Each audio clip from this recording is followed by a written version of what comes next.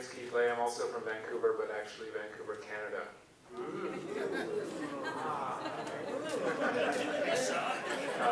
Sorry. So Canadian. But that is actually relevant because our space on Thursday of this week, the 20th, I'm hosting an event called We Come From the Future. And that is actually a comparison between Vancouver, BC and Portland. If those of you who have visited Vancouver, you'll know two things about it. It's a beautiful jewel of a city, and it is ridiculously unaffordable in all aspects. So what we're doing is we're actually going to start off with a data presentation and look at what has happened in Vancouver as a potential warning sign for what may happen here in Portland. And we're going to follow it up with a very interesting panel. So we've got Rick Jarosi, Sarah Inarone, we have Kevin Kavanaugh, we have Malia Spencer, and we have Stephen Green. And I think I've mispronounced everyone's name from that list. But so they're actually going to represent small business, tech business, development, and housing. And we're actually going to talk about what some of the problems are that Portland's going to face. Will the high-tech community thrive and survive here in Portland? Will small business thrive and survive? Will affordability thrive and survive? And what some of the solutions might be. So if you're interested in attending that event, just keep your seat till Thursday. Or you could sign up. It's on Eventbrite. We Come From the Future, or it's actually also sponsored by City Club of Portland. So if you just go to City Club PDX, you'll find the information there. We're pretty close to selling out, actually. So I think I just found out today we're just about 200, 225 people signed up for that. So there's probably still a few spaces left. But if you're interested, hope to see you there. Woo. Thank you, Keith.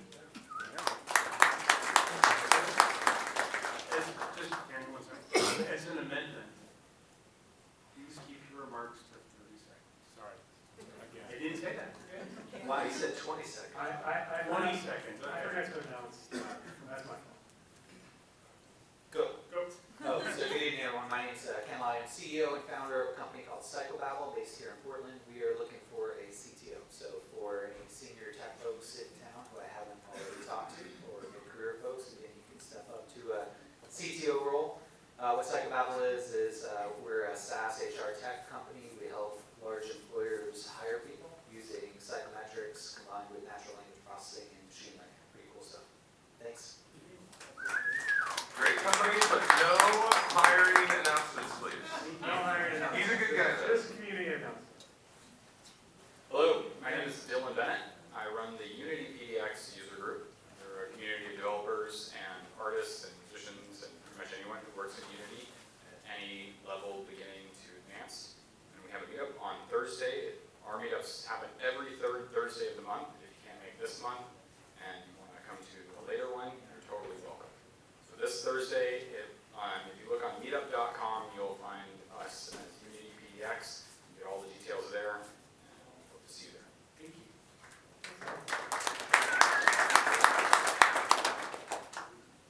Hey guys, my name is Kevin Borthwick, and I just started a video game expo called VideaCon.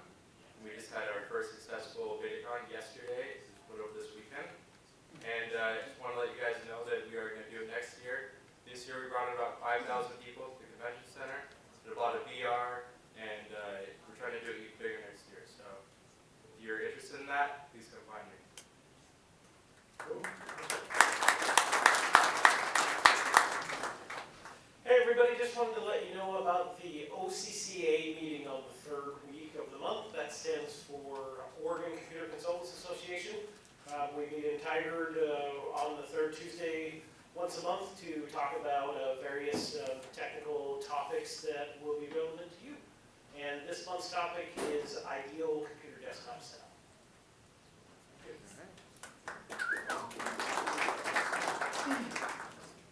Hello everyone, my name is Dominic Kukla. Two things.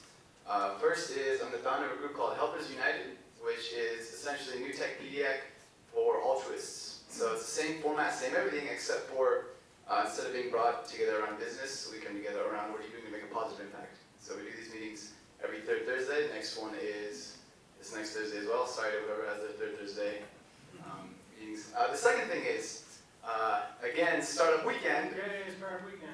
This one being Startup Weekend Social Impact. So if you haven't been to Startup Weekend, it's a really, it was life-changing for me. It's where I'm at Tupton.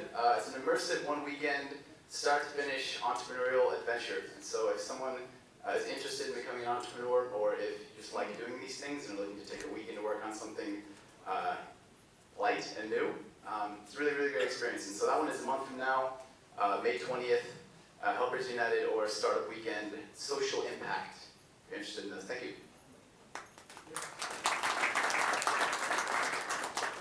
Okay, I'm going to sneak in a pitch for sponsorship. So, New Tech PDX is getting bigger and better, and there's a lot of people who want to hire and a lot of people who are looking, so please consider sponsoring at New Tech.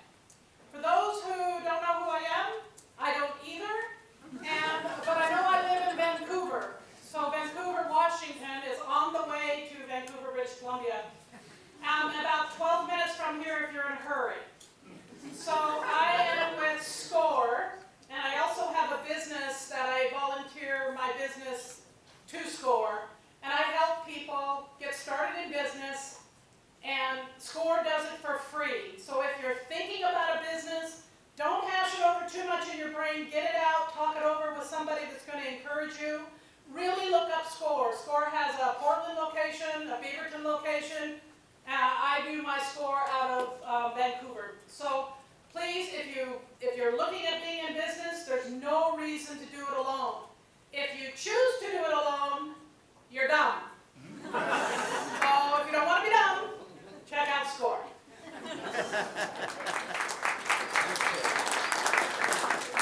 I think last but not least.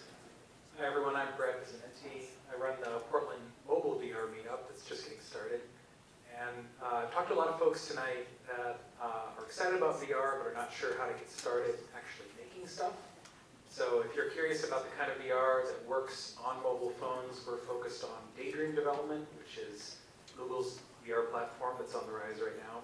Third Wednesdays of every month we meet across the river at NXT Labs, and we'll go through complete creation of a VR app from beginning to end. Obviously something very basic, so if you want to just jump in, start writing code, start throwing objects in, join us. That's going to be this upcoming Wednesday, 2 nights from now, Portland Mobile VR on Meetup.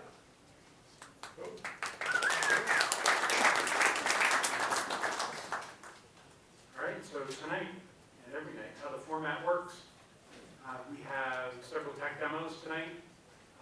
In between each tech demo, there will be a sponsor message. Is Matter still in the room? Yes. Come up, Matter, come up. Come on up, you Matter. In the front of the room. So we've been working with Matter for several months now on projects, video projects specifically, and we're going to be releasing those videos. We debuted our video last month, and upcoming soon we'll have them on the website and send out links and be getting lots of exposure with that. Yeah. Lydia and Matt have been really great with that. So Yeah. So I don't make the videos. We have a great team that does. But Matter in general, we're a PR firm, PR and social. And so I know there are a lot of great companies out there that are looking to grow. And PR is one of the best ways to do that. So if you happen to be one of those companies, I'm in the back. Feel free to reach out. We're a national agency, but we have about 12 people here in Portland. So we represent all types of companies. I think one of our biggest is CVS, pharmacies, and then we have lots of technology-based clients as well, really across the spectrum. So I'll be in the back, and thanks so much. Thank you.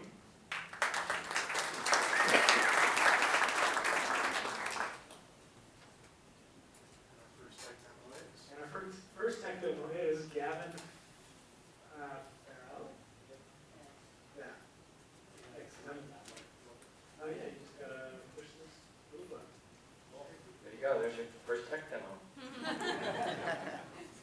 Gavin, start telling us a little about yourself. Sure. So I'd like to find out how many people were at the VR meetups so you already heard my joke about our company's name then. So, if you saw our demo in the back, we're called Panogs. Contrary to popular belief, we are not called Pangos. I'm sure if they actually existed, though, they would be very tasty. So, I don't have access to my presenter notes, so I'm just going to wing it.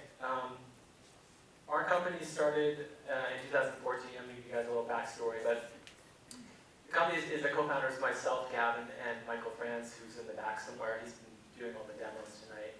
And we originally called ourselves the Panographers, and we got a lot of slack for that.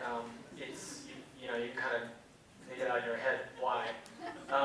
We were panoramic photographers. Our tech is, we come from a core essence of panoramic photography, which has now since evolved into what we all call VR now. But the core essence of it really is panoramic imaging. So we shortened it from panographers to Panogs. So it's panoramic photographers, panographers, Panogs. And we thought that was a nice little evolution. So then we've got a fancy logo now. Makes us feel more official. Ooh. So I just want to take you guys back in our time machine. I think nowadays we'd probably do a Tesla maybe, not DeLorean, but. So we kind of started, both Mike and I myself started with gigapixel panoramic photography. And we started back really at the core essence of the beginning of it, which is back in 2007, 2008. And does everyone know, can I get a hand on how many people know what gigapixel panoramic photography is? Okay, so less than half the room. Okay, cool. So basically, you know, gigapixel means that you've got more than 1 billion pixels in an image. And the way you do that is you create an array of images and then you fuse them all together. And a lot of gigapixel panoramic photographers are just sort of like a partial panorama.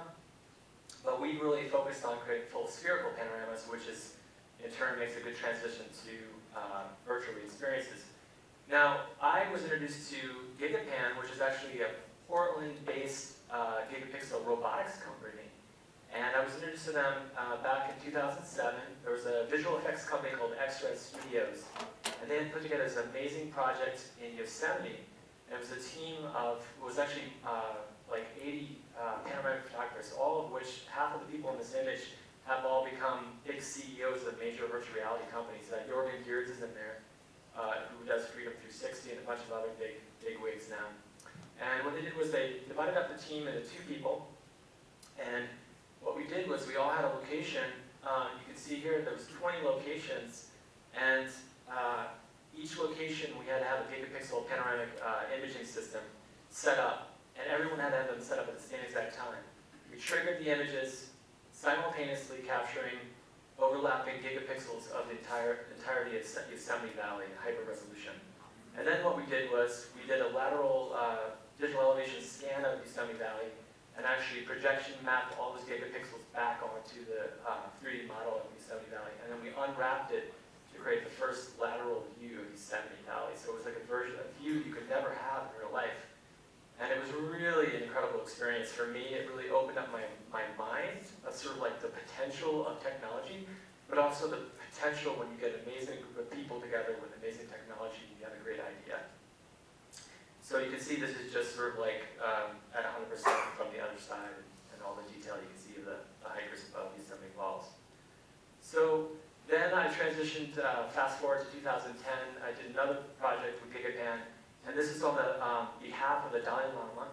He had approached an art historian to basically send a crew of pixel photographers to go to Tibet for several months. And what we did is we traveled across Tibet, and we basically went to these ancient towns, and we spent days inside of every room of these ancient temples capturing gigapixel panoramic photographers' images of these crumbling murals. And I'm sad to say that a lot of these murals aren't there anymore. The buildings have since fallen down. So this also exposed me to the incredible power of historical documentation through gigapixel panoramic photography. And I'm happy to announce that in the beginning of next year, Tashin is printing a very large copy-stable book of all these gigapixel prints. So please keep your eyes out for that. This is really one of the projects that gets me so excited. So in 2013, Mike Franz in the back, he was working for Gigapan, and he was approached by Time Magazine to climb up to the top of the One World Trade Center before it opened to the public, install a camera system, a gigapixel camera system on a jib 10 feet out from the very top. And they successfully did it. They really pulled off a miracle, and they captured a gigapixel spherical image from the top of the One World Trade Center. And this is sort of where Mike approached me. He knew I was working with Gigapan a lot, doing these other projects, and they had a real hard time basically stitching this image because they had shot it all sorts of ways. They shot one up, one down, one behind them, the building focus, the background focus. They had multiple gigapixels.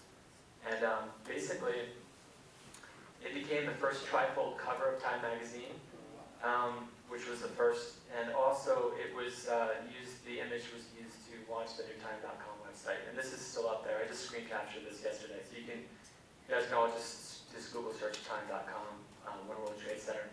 And it's really fun. There's all these little thumbnails that you can click on the Statue of Liberty, and it will zoom you into all the different points of interest in Manhattan. So it's really fun to interact with. And that is how Panogs, not Pangos, Panogs was formed because Mike and I just really enjoyed our collaboration. And we said, shit, this was so much fucking fun going up there and doing this. Like, let's just do this for the rest of our lives. And so we've been rocking on ever since. So as Panogs, it was officially formed, we were approached by the Space Needle and seen our work on Time.com. And they became our first major client. And so we basically started coming up with different interactive experiences to sort of like give the Space Needle a big upgrade because it's supposed to be it's supposed to represent technology in the future. And it was sort of like, felt like the 1970s before we got there. And so the first project we did was called Zoomable City. And we shot, just like the Time.com one, we shot a gigapixel from the very top of the Space Needle.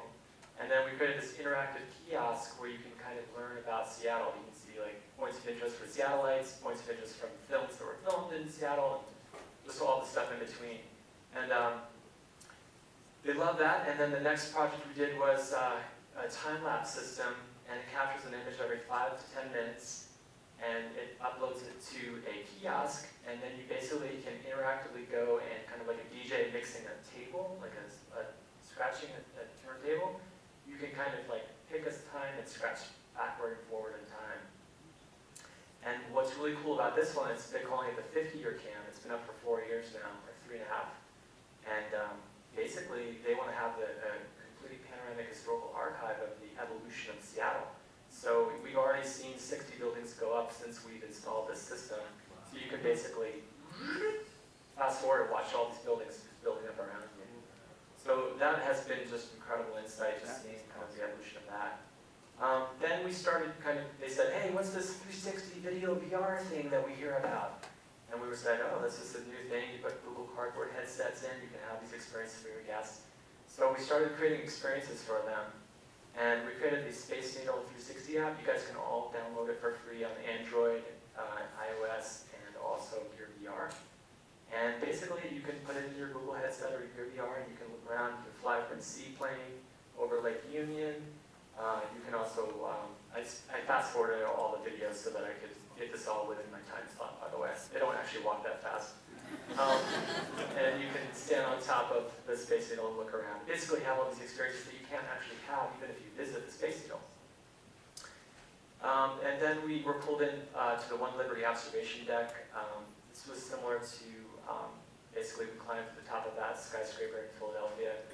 And that was quite an experience because the whole building rocks when you're up there. And any way you look, it's just down. So it's kind of scary. But what we did was we captured a gigapixel from the very top. You can see that's above the actual aircraft beacon.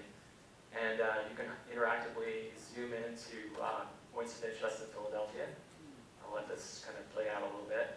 And you can see how detailed it is. And then we also shot a panoramic image, a gigapixel image at night, which is actually a very, very, very hard thing to do because you have to do long exposures, and we had to create mounting systems on the building itself so that you could do long exposures without too much vibration, because the whole building is vibrating.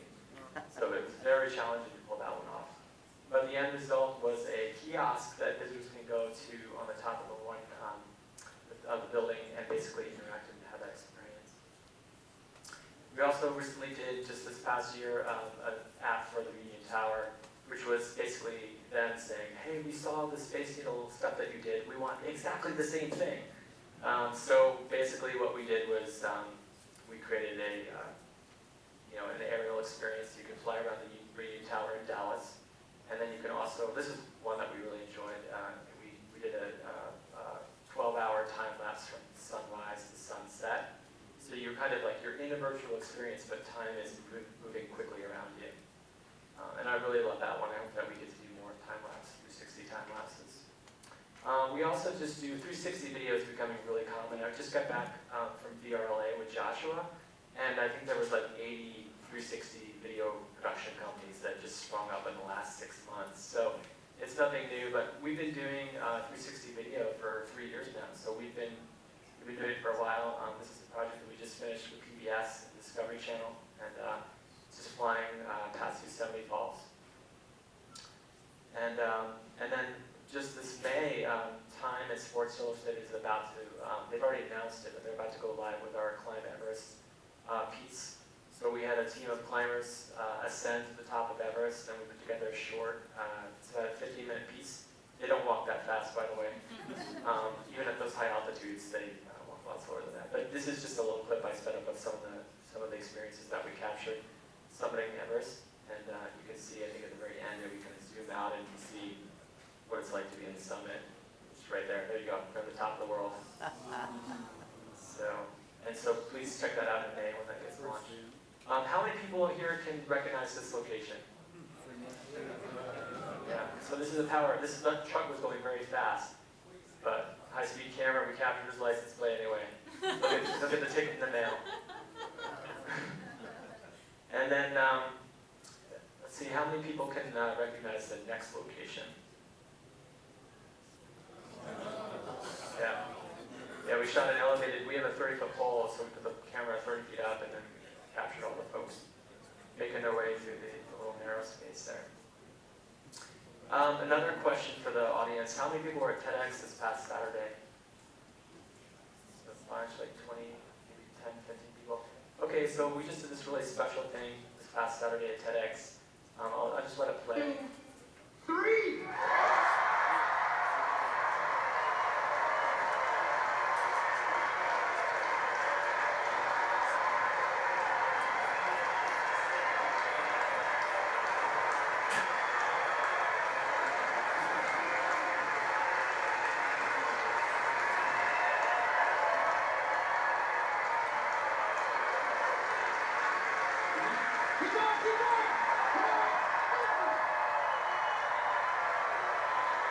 So basically the idea was you have these TEDx speakers, they do this amazing and awe-inspiring, life-changing talk, and then they get this huge standing ovation. They wanted the attendees to feel and experience what that was like. So we put the pole on between presenters, we shot the audience doing a standing ovation, and then we had it live in the lobby on these huge screens and the HTC Vives just like in the back. And Dash is back there, they helped pull this off, and then they give a hand to them, thank you to them. And basically, it was amazing because people were part of this experience, and then they got to see themselves. It was like from a third person, and it just was really phenomenal. And that's it for my portion of the talk. I just want to say thank you to Josh for having me out here for this opportunity.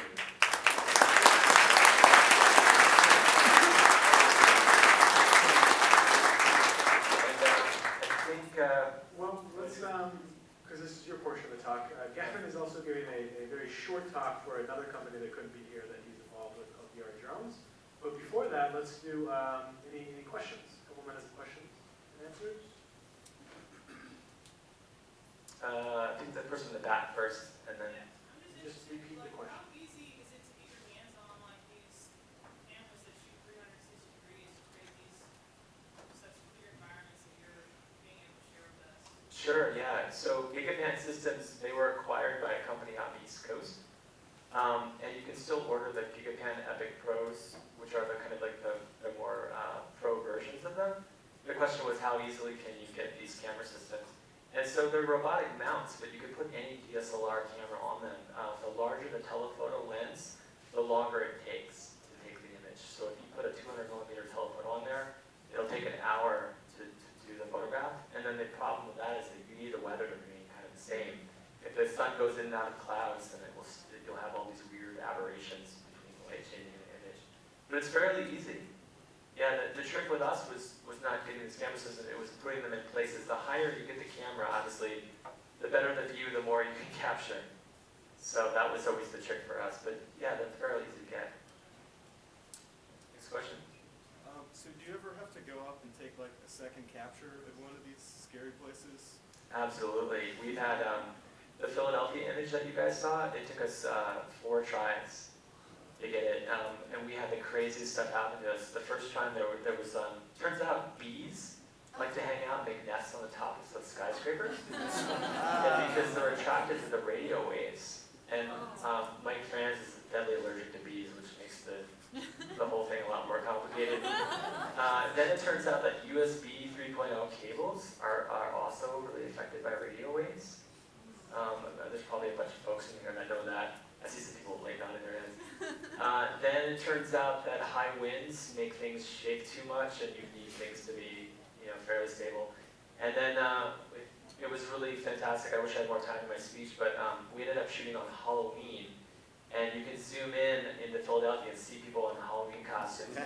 We actually captured a woman getting married on Halloween, and it made the local news, and then they actually found the woman and did a news article about her. And it was like really awesome. So yeah, so the answer to that question of how many times, several times. We write in our contract, please client, let us have 3 or 4 times to do this, because it never always happens the right time, first time. Last question. I'm interested in the post-production stitching process, like Sure.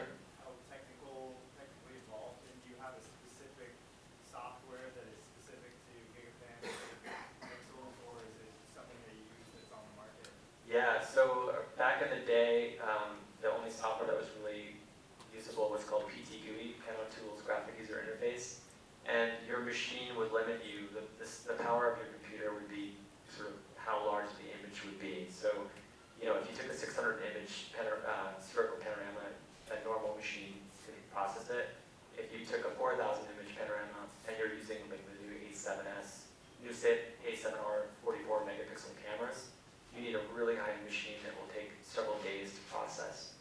So it can get very intensive. And you also need to go in there and correct where a truck moved between a shot or where a person's head might have gotten cut off in one image. There's all sorts of post-production that's involved. It's usually about 2 weeks of post-production, just cleanup work, and then another 3 days of rendering. All right, thank you, Gavin. Thank you.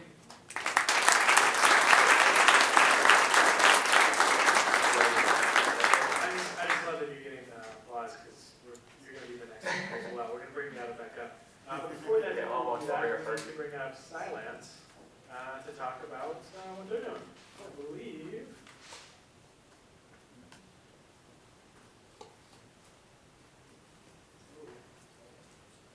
Hi, everybody. My name is Ed Metcalf. I work for Silence. I'm excited to be here. We've been a sponsor of New Tech PDX for about a year or so, and just to put a plug out for the woman who was asking for new sponsors, it's really paid off for us. So we're excited to be part of this community and part of New Tech PDX. But how many of you have heard of Silence? We've been here a few times, talked a little bit about what we do, but we're a next generation cybersecurity company using artificial intelligence and machine learning. And so I could go into that for a long time, but I won't. But what I wanted to talk about is how we have been using augmented reality to display information differently than our customers, security admins or security experts, have been used to in the past. If you've ever managed security infrastructure, there's a lot of data, a lot of information coming at the security analyst, and oftentimes it's really hard to make sense of what that is. So we've come up with a new way to kind of visualize that data to make it easier for you to understand, or the administrator to understand, so they can take action quickly. So I'll just run through this quick demo where we actually did at one of the trade shows that we participated at recently, talking about displaying threat information in a 3D augmented reality. So we had this demo where we had at the booth, customers would come up and put these HoloLens glasses on to identify and see this threat information in a different perspective. So we felt that using this augmented reality or 3D modeling of threat data, we can provide an easier way for our customers to understand and make sense of all this threat data that they get and they're seeing on a day-to-day basis. So anyway, we thought that that was important, at least relative to today's topic around AR and virtualization and augmented reality. So if you want to find out more, we've got websites, howdens.com. We've got an office here at the World Trade Center, and doing a lot of great things. So thank you. Thank you.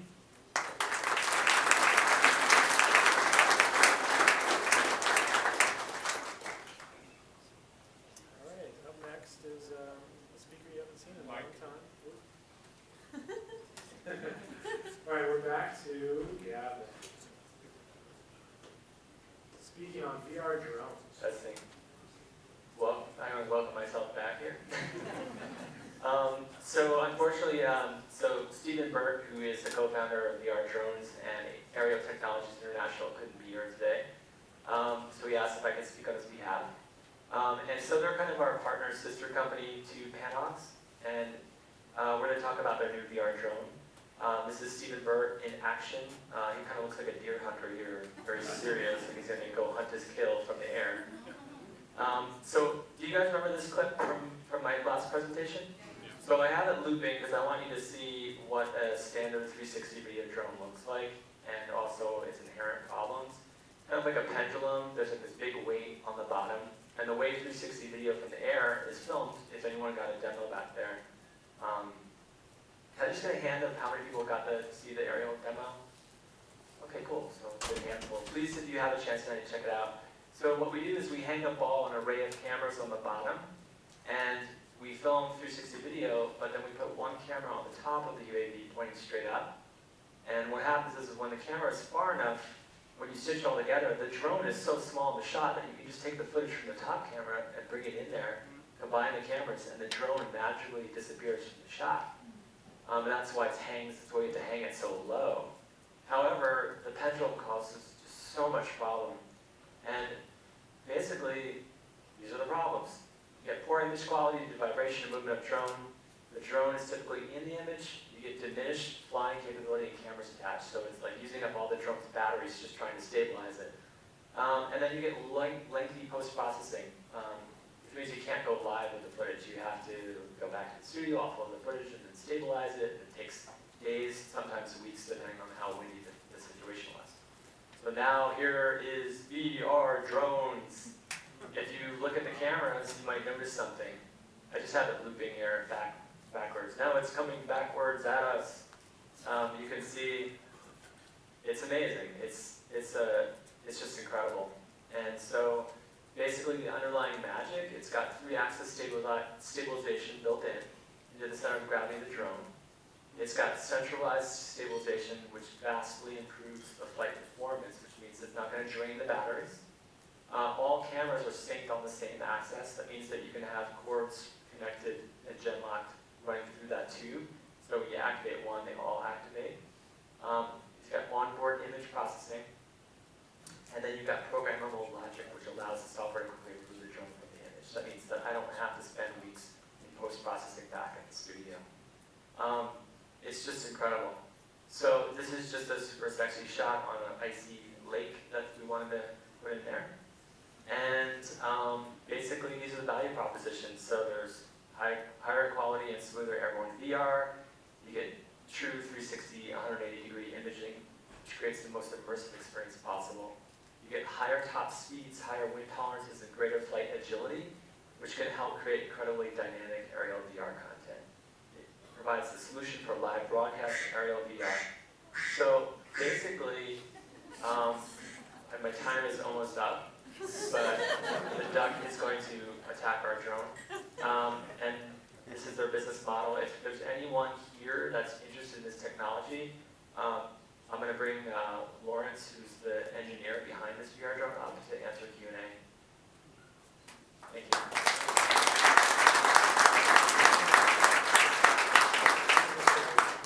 Yeah, so we'll just, we're running a little long tonight, so just a couple of questions. But if anyone has any questions for VR drones, then their head engineer.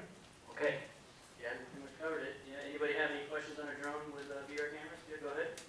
So does your footage require like auto pano to stitch together, or is that already? Yeah, so most of the stitching is still done in a traditional sense. So you're still gonna have, similar arrays. It's an open camera platform, so you can, pick whatever kinds of cameras you want to put on there. And of course, you might need to scale the drone, of course, to maybe lift that payload. But the premise is basically how do you get, those camera arrays to be stable and fixed and not, both impede the copter's ability and or the person who's stitching at the end of the day. Got a question in the back? What's your standard flight time, or is it dependent on the weight of the cameras? So yeah. So what's the standard flight time? I get that question a lot on almost all drones. It really is kind of relative to the payload and how you're going to be flying it. Also, temperature has a huge effect on it. When it's cold out there, it can burn a battery a little bit quicker. Again, the idea is the drone is sort of incidental to the whole entire mechanism, meaning depending on what kind of cameras or what kind of flight time you might need, we can alter the drone to sort of meet those needs. The basic idea was how do we get cameras to stabilize in a fashion that didn't really suspend them underneath, like in a conventional camera that you would see on in your DJI little Phantom drones and that. We really had to kind of think outside the box as to how can you put these cameras on here in such a way, still get rid of the drone in the image and keep it sort of open, open platform in a way. Hope that answered your question. Okay, one last question. Right there. Yeah, go ahead. Yeah. How do you make money out of that? So what's the revenue model for a VR drone? That's a great question. Right now we're in a basic patented situation where we are kind of exploring what are the options, how do we put this kind of drone to use, what are the price points of the drone going to be, is it going to be something that we can package in a way where your prosumer can get a hold of it, or is it going to be something where a production company is going to get a hold of it? I think there's plenty of models out there that will actually apply, and we'll probably design and build drones for those models as the company grows and demand grows.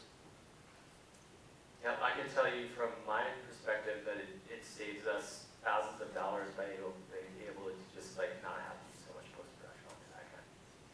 So I guess we'll take one more question. How much problem is the vertical height difference between the two sets of cameras? Great question. That is a great question. We've had to do a lot of work on coding because the inertial mass of how when you separate heavy loads away from the center access point has been a problem factor, and we've had to alter code and learn how to do PID tuning and pick the appropriate motors and encoders that can sense the movement of the camera and adjust accordingly. But the idea kind of is that that mass wants to stay stable. It doesn't want to move. It's really what it's doing is allowing the copter to move and doing kind of micro corrections to keep it as stable as possible. So it really doesn't have that much effort that it has to exert on that. And actually, the more mass you have, the more inherently stable it wants to be. And when you have things at equal distance and balanced out there, any kind of wind or any kind of movement of the aircraft is really going to not impede the camera as much when you have that kind of inertial mass that wants to stay stable. Visually, is there a problem too? At times the camera can get bumped. It depends on what happens when it's flying. If it does happen to get bumped, it recenters itself and restabilizes.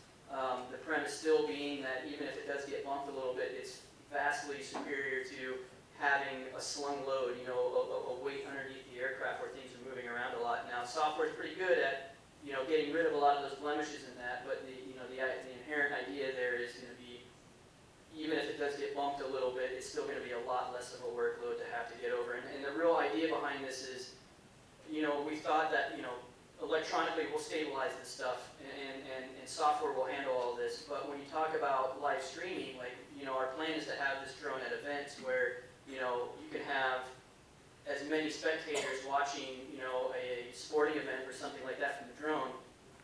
All right, I'll get it. Sorry about that. Yeah, the idea there is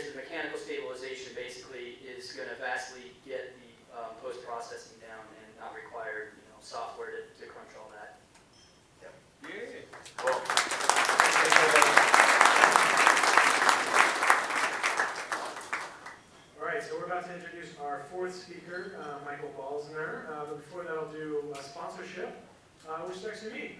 My company, Reflective Brands, has been a sponsor of New Tech PDX for a few months now. We built their brand new website, and we've also been working on a website for them for their conference stage at PDX.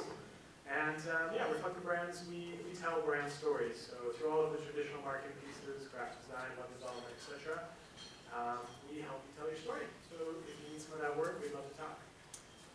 But in the interest of time, I'm going to jump right into Michael's presentation.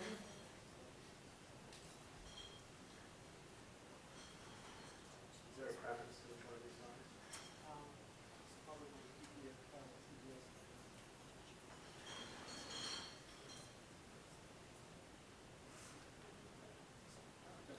I think you need the other one. That's a temporary copy.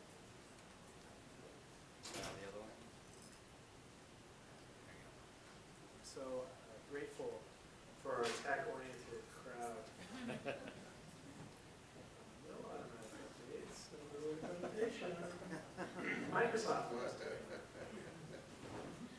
right. Can you hear me? Good. So I thought I'd put this together really quick. It's somewhat selfish. I came here from California, so we bought a house, and we wanted to remodel some things of it. So I thought, gee, I'm in VR, let's take that to the next level. So with this here, on the left is the VR, on the right is where we're at now. Fireplace still isn't in place. But I found some interesting things out as we were doing this. One, this is the hardware and software that I worked with. Some of you had an opportunity to see me in the back. I have been working with the structure sensor for some time. And I'll play this little video.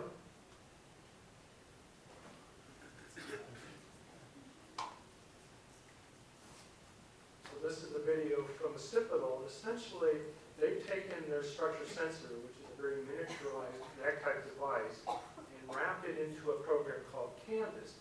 The cool thing about this, and I thought at the time that they put it out, I'm not going to have a use for it, is that they can scan an area, as you can see there. You send it to them, and then they send you back a CAD file or a SketchUp file. Then you can take that information and do whatever you want with it. And I'll show you what I've been using it for.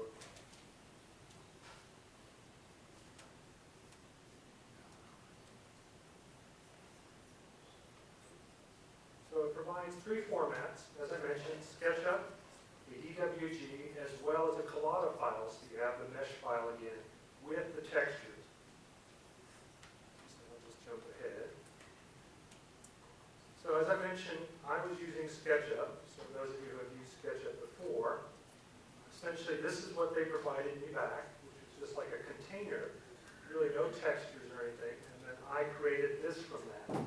Essentially a representation of what we're hoping our new remodel would be. And the main thing in this is the fireplace, as you can see there. We wanted to go with a dual-sided fireplace because there's a single column. And one of the things, and this is why I had actually talked about this saving me a lot of money in about 10 minutes, the column itself was larger than the fireplace. And they weren't aware of that at the time that they were putting it in. So we're able to think ahead instead of having to wait at the moment and say, oh gosh, it won't fit. So that was an advantage there. The other thing is, as you notice, some of these images here have different colored walls. So I'm able to, let's go to this one here. We're actually going to go with a pale green now. So we're able to actually visualize this, and then in the next steps, by using Blender, because SketchUp, the free version, doesn't have the ability to bring it into Unreal, so I'm able to use Blender to export it from the Collada file into an FBX, which is what Unreal likes, and also use a program called 3D Code in order to embellish or make the textures more realistic. And there's the two applications. And then using the Unreal Engine, import the information. And I found out some interesting things. If you take a SketchUp or a large room or something of that nature and try to dump it directly into it, the first thing that's going to happen is you can get extremely bad light maps. And the reason for that is that they have what they call overlapping UVs. If you're not familiar with that, essentially things overlap and Unreal doesn't know how to handle that. So there's a couple of ways to fix that area. You can bump up the light map resolution, or you can go back and make individual objects. did a combination of the two.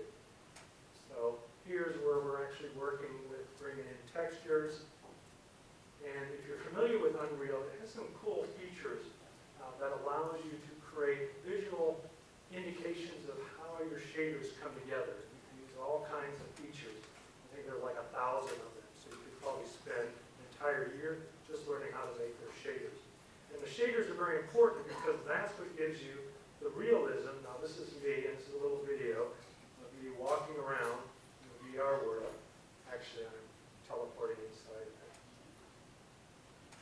Can you see this? I apologize for putting it way down here.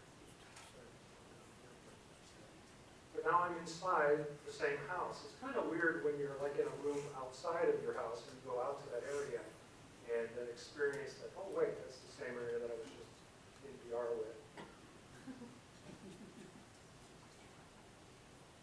So one of the things is with Unreal, they make it very easy to create virtual reality. They have an example that makes it very easy to bring content to it. Also gives you hands. And I was able to visually use those hands to determine that that fireplace is not going to work right.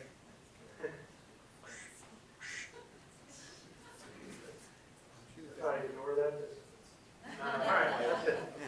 Well, so essentially, taking the sensor that I was able to create a CAD drawing, take that CAD drawing and bring it to Unreal, walk around in it to visualize the space. Much better than going out there with paint and saying, oh, I really didn't like that paint, without having to create fuss and fuss. A couple of quick questions? Sure. Was that actually a reasonable workflow, or you just refused to be beaten by technology? Actually, it was, because if I hadn't done that, I wouldn't have known that the fireplace would not have fit in that column. They would have had to bring it in there and then realize that, but now obviously, maybe some contractors would have thought ahead of time, but this is not one of those. And at this particular point, that particular contractor said, oh, yeah, that's an interesting point. So we're able to figure that out. The other thing is, Unreal takes a very good job of making color light and sampling light properly so you can put different colors up and get a very good representation of those colors up. And they have ways of bringing in accurate lamps or bulbs from different industries as well. Did that answer the question? So yes, I think it was worth it. Last question. Where can we see more of you talk about VR stuff? Oh, I do a podcast called All Things 3D, and I'm actually doing a more elaborate setup of how I'm using these particular tools. Last couple of weeks I talked about using the canvas and how I approached it, and then each of these applications. Now I'm going to be working on shaders in the upcoming week on Friday. So 3D in review every morning at 10 a.m. We start on time. Cool. Thank you. All right, thank you, Michael.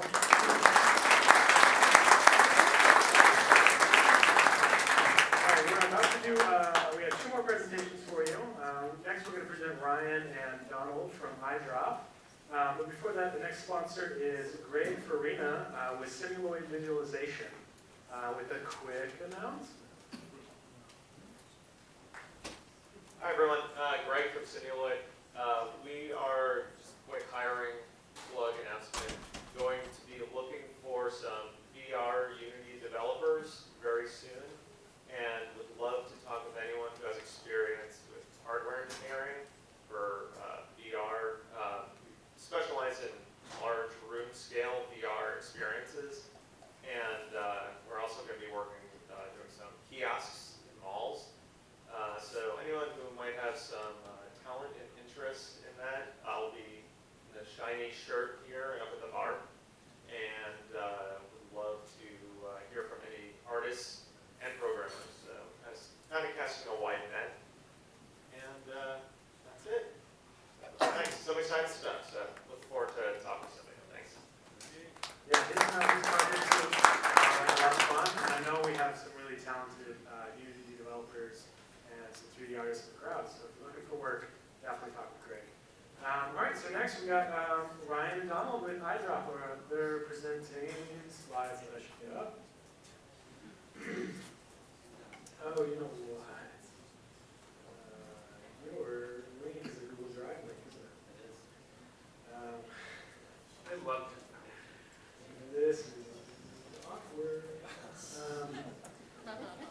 you have it in your drive? I don't know. Whose drive is it? Oh, actually. I'm sorry, I'm gonna have to have him log in because we did not get the email with the link on this drive. But maybe yes, there we go, perfect. Just.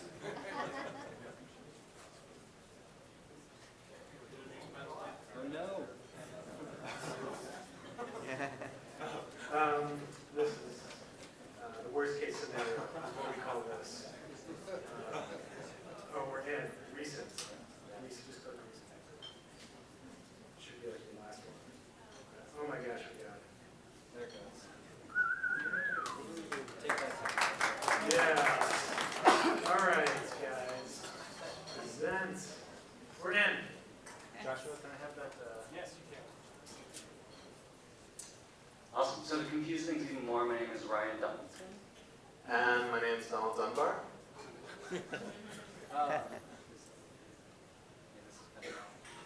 Did I take over? Yeah, I think only one of us can. You may have to press the button again.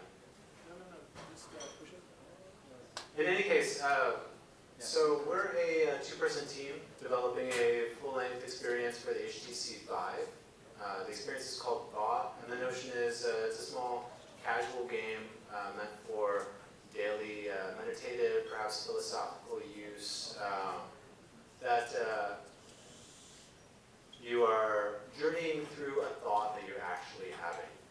So today we want to talk about one of the levels that we designed for it, a small experience, and the things we've learned in that design process that hopefully you can take to your own projects in VR or otherwise. Yeah, in particular designing room scale environments, our experience relies heavily on being able to utilize that room scale and teleport around and actually explore virtual space. So really the first thing that we wanted to focus on when we were building out and coming up with concepts for this is designing environments that are actually worth exploring, that are fun to be in. In particular, today we're going to look at an ocean room that we developed that some of you actually got a chance to experience. And some of the challenges that kind of came up with that. In particular, the challenges that we saw that we're going to touch on are direction. So giving movement, providing a path through this space, adding a sense of immersion while you're in that space, and then also dealing with things like distance and depth that are really difficult to gauge when you're in VR. When designing for VR, it is more important than maybe any other field that I have experience with, to iterate and iterate and iterate and iterate. And it's super helpful to have at least one other person to bounce ideas off of, to put them through the experience, to help you figure this out, because you are limited by your perspective, just as you are in real life. More so than you are by a screen, more so than you are by a sentence or a paragraph or any other media. You are limited by your experience in VR and your perspective. And so, when we were developing, in particular, this ocean room, it was such an abstract concept, and because you're in thought, you want to give a sense of both being underwater and entering into an ocean environment at the same time. A lot of one of the big things that we did was draw inspiration from real life. It's interesting seeing, you'll be in VR, but it pales in comparison to actually just going on a walk and getting out into nature.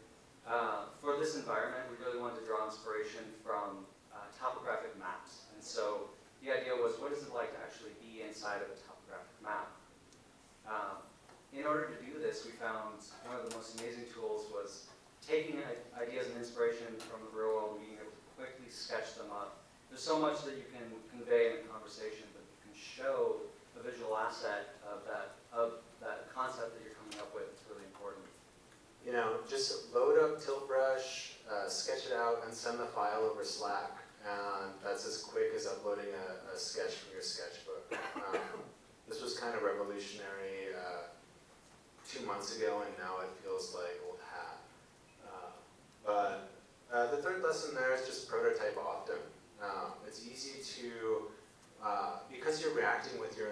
yourself, your sense of presence, your height, your sense of the world, it's easy to get attached to ideas. So prototype and reprototype based on what you learn. Don't get attached early on, because you can build on that to such a personal degree that you've wasted weeks.